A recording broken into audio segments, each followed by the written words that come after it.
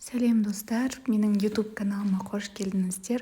Бүгін сіздермен бірге түріктің осындай өте дәмді болып шығатын мини пиццаларын жасайтын боламыз.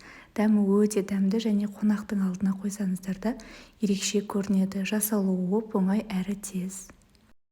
Ең алдымен қамырын дайындаймыз. Жылы суға бір ас қасық ашытқымызды, бір шай қасық қантымызды салып, жақсылап араластырып, бетін жауып 15 минутқа апарамыз, дайын болғанша қойып қоямыз. Одан кейін ұнымыздың ортасын ашып, бір ас қасық қаймағымызды, тұзымызды, шемішкі майымызды және жұмыртқамызды саламыз да, одан кейін жаңағы көтерілген апарамызды құйып, барлығын жақсылап араластырып, қолымызбен жақсылап жұмсақ, қолға жабыспайтын қамыр илейтін боламыз. Керек заттардың құрамын барлығын описаниеге қалдырып кететін боламын. Сол жақтан қарап, өлшеп жасап көрсеңіздер болады. Менде барлығы сол жердегі өлшем бойынша және ұнымда граммы дәл сондай. Ал сіздер плюс-минус ала беріңіздер, өйткені әркімнің ұны әртүрлі. Бірақ менде точно дәл осы грамм бойынша келді. Ешқандай артық және қосымша ұн қосқан жоқпын. Видеода көріп тұрғандарыңыздай әдейі барлығын анық түсіндіріп көрсетілген. Одан кейін ұнымызды илеп болғаннан кейін кішкене шемішкі майды алып, ыдысымыздың жанына және нанымыздың, яғни қамырымыздың екі бетіне жағып, бетін салафанмен жауып, көтерілгенше қойып қоямыз. Қамырымыз күшті болып көтерілді, қараңыздар. Енді осы қамырды алып, мен өлшеп алдым. Сіздер өлшемесеңіздер де өздеріңіз білесіздер. Көз мөлшері бойынша 9 немесе 6 бөлікке бөлсеңіздер болады. Мен таразы бойынша 9 бөлікке бөліп алдым. Одан кейін осы 9 бөлікке бөлген бөлшектерімізді алып, шарик тәріздестіріп, осылайынан түйіп, қойып қоямыз.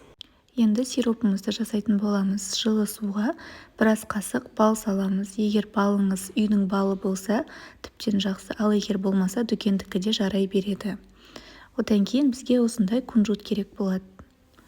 Қамырымызды алып, сиропымызға батырып, және кунжутымызға осылайынан аунатып, пергамент қағазымыздың үстіне салатын боламыз. Бұл жерде ескерте кететін жайт, қамырымыздың арасын қатты бір-біріне жақын қойып қоймаңыздар. Шамалы арасын алшақ ұстаңыздар.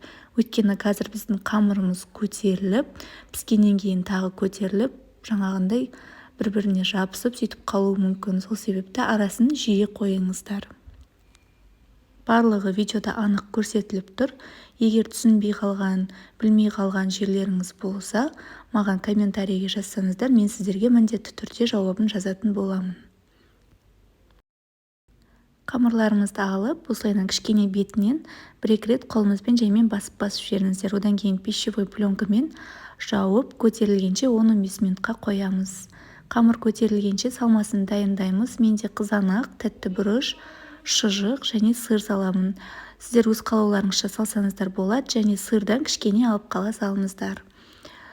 Салмасы өз қалауларыңызша жақсылап араластырып, одан кейін көтерілген қамырларымызды алып, видеодағыдай қолымызбен жақсылап бастырып шығатын боламыз ортасын, және жиегін кішкентай бортик қып қалдыратын боламыз. Одан кейін салмамызды алып, бір ас қасықтан әр қайсына жақсылап толтырып, нығайтып салып шығатын боламыз. Қызып тұрған 200 градус пеште 20-25 минут пісіріп аламыз. Пісуіне 2 минут қалған кезде алып, қосымша тағы да сырымызды бетіне сеуіп шықсаңыздар болады.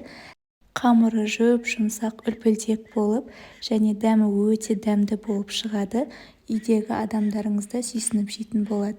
Және де бұл пиццаны қонақ келген кезде қойсаңыздар болады, дастарханыңыздың ерекше сәнін ашады. Баршаңызға ас болсын.